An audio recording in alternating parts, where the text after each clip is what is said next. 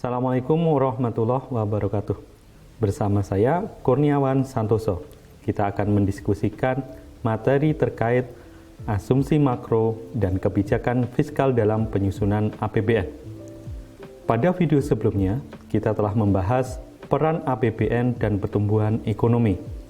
Pada video ini, kita akan membahas hubungan asumsi makro dengan kebijakan fiskal. Setiap tahun, APBN ditetapkan dengan undang-undang. Tahapan dalam pelaksanaan APBN dianggap sebuah siklus karena tahapannya selalu berulang. Tahapan dalam APBN tersebut adalah perencanaan penganggaran, penetapan dan persetujuan APBN, pelaksanaan APBN, pencatatan dan pelaporan APBN, pemeriksaan dan pertanggungjawaban APBN. Pada tahap perencanaan dan penganggaran dan penetapan dan persetujuan APBN terdapat beberapa kejadian penting, yaitu pertama adalah penyusunan rencana kerja pemerintah atau RKP. Proses perencanaan dan penganggaran berlangsung secara beriringan. Pada tahap ini dilakukan penyusunan dokumen RKP yang merupakan rincian dari RPJMN pada tahun tersebut. RKP ini menjadi landasan untuk penyusunan APBN. Kegiatan penting berikutnya adalah pembahasan RKP dengan DPR. Pemerintah menyampaikan kepres tentang RKP kepada DPR untuk dibahas bersama. DPR memberikan masukan, pertimbangan, dan persetujuan terhadap RKP yang telah disusun oleh pemerintah. Kegiatan berikutnya adalah terkait dengan penyusunan rancangan APBN. Setelah pemerintah mendapatkan masukan dan persetujuan dari DPR terkait RKP, pemerintah kemudian menyusun RAPBN. RAPBN ini mencakup rencana pendapatan dan belanja negara serta pokok-pokok kebijakan fiskal yang akan dilakukan pada tahun anggaran berikutnya.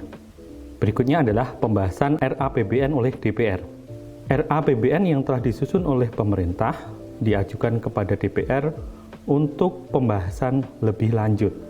DPR mengevaluasi dan memberikan persetujuan atau saran perubahan terhadap RAPBN sebelum disahkan menjadi APBN. Kegiatan terakhir adalah penetapan APBN.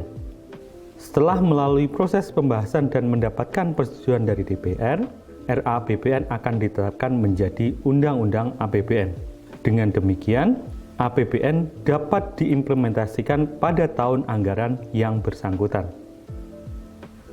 Penyusunan APBN adalah proses yang kompleks dan melibatkan banyak faktor. Salah satu faktor penting yang harus dipertimbangkan dalam penyusunan APBN adalah asumsi makroekonomi. Asumsi makroekonomi mengacu pada prediksi atau perkiraan terkait kondisi ekonomi makro di masa mendatang, seperti pertumbuhan ekonomi, nilai tukar, inflasi, suku bunga, harga minyak, dan lifting minyak.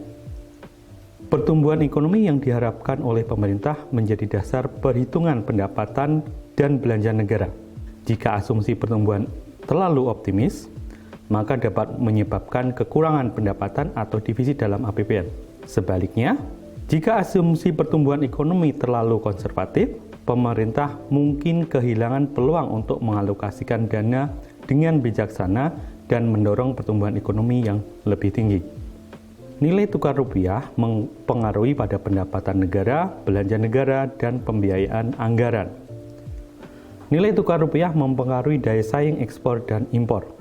Apabila rupiah melemah, dapat meningkatkan pendapatan dari ekspor karena barang ekspor menjadi lebih murah bagi pembeli asing. Namun impor menjadi lebih mahal yang dapat mempengaruhi neraca perdagangan. Jika negara memiliki utang dalam mata uang asing, pelemahan rupiah dapat meningkatkan beban utang. Pembayaran bunga dan pokok utang luar negeri akan meningkat, mempengaruhi belanja negara. Pelemahan rupiah dapat meningkatkan harga barang impor. Jika pemerintah mengimpor banyak barang untuk proyek-proyek pembangunan atau kebutuhan lainnya, hal ini dapat mempengaruhi belanja negara secara keseluruhan. Pengaruh nilai tukar pada pembiayaan anggaran adalah terkait dengan pinjaman luar negeri. Tingkat inflasi yang tinggi dapat mengurangi daya beli masyarakat dan mempengaruhi perencanaan, pendapatan, dan belanja pemerintah. Oleh karena itu, asumsi tingkat inflasi yang akurat harus diperhitungkan dengan hati-hati untuk menghindari distorsi dalam perencanaan APBN. Tingkat suku bunga yang tinggi dapat meningkatkan beban bunga pemerintah dan mengurangi ketersediaan dana untuk program-program pembangunan. Selain itu, fluktuasi nilai tukar dapat mempengaruhi ekspor-impor dan neraca perdagangan negara.